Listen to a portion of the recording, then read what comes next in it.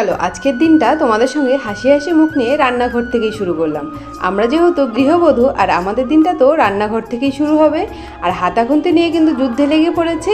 চলো আজকের দিনটা তোমাদের সঙ্গে ছোট্ট করে শেয়ার করি। প্রথমে ভাতটা বসিয়ে নিয়েছি, এবার তো মামামের জলটা রেডি করতে হবে, ওর বোতলটা ধুয়ে ওর জলটা রেডি করে নিলাম।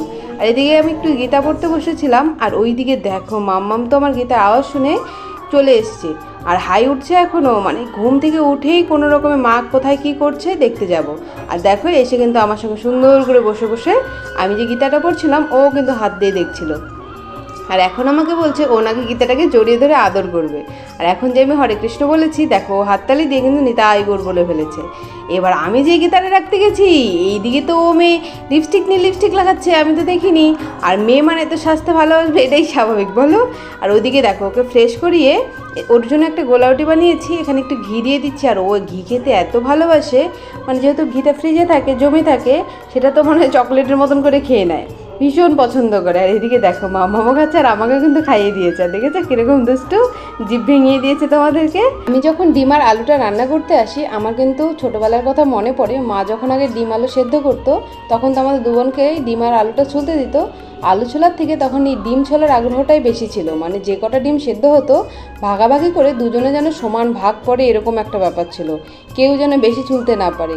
ডিম ছুলতে যাকে কী ভালো লাগতো। আর এখন যখন নিজের সংসার হয়েছে যে সমস্ত কাজই আমাকে একাই করতে হয়, আর তখন কিন্তু এই ডিম আগে ছুললাম না আলু আগে ছুললাম সেটা কোনো ব্যাপার মনে হয় না, কাজ করাটাই আসল ব্যাপার মনে হয়।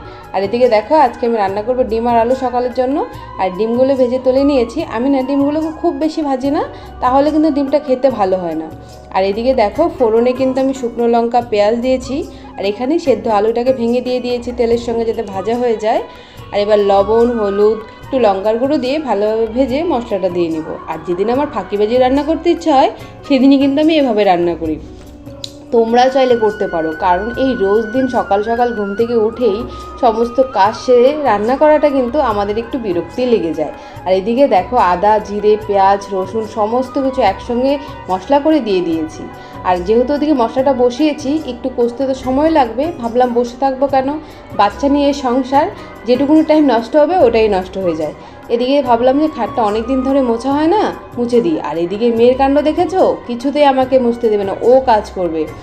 এই কাপড়টা টেনে ধরেছিল, যেই দিইনি ও দেখো ওর একটা গেঞ্জি নিয়ে চলে এসছে, এত পাকা। আর আমার হাতে নিতে দেখতে পাচ্ছ ওই যে একটা ছোট্ট হাত কাজ করছে, ভীষণ কাজে জানো তো, লোকে ভাববে দেখলে যে ওকে দিয়ে না বুঝি কাজ করাই। আর দেখো খাটটা মোছার পরে কত সুন্দর একটু চকচক করছে। এটা কয়েকদিনই গো, কারণ জানলা খোলা থাকে অনেক ধুলো আসে। আর এখন মামামকে খাইয়ে দিয়ে নিয়ে চলে এসেছি ছাদে স্নান করানোর আগে একটু খেলবে বলে। আর দেখো আমাকে জল দিয়ে ভিজিয়ে দিচ্ছে। তুমি গাছে জল দিচ্ছ? কাটা লাগবে কাটা লাগবে, হয়ে গেছে। এইদিকে এসো, এই গাছগুলোতে দিয়ে দাও। কোনটা? এইটা? ওলে বাবালে বলছে এইটা। ও তো খেলতে এসেছিল ছাদে, মানে এখন স্নান করবে, ওকে আমি জল দিয়েছিলাম। দেখো এখান থেকেও জল দিয়ে দিচ্ছে গাছে।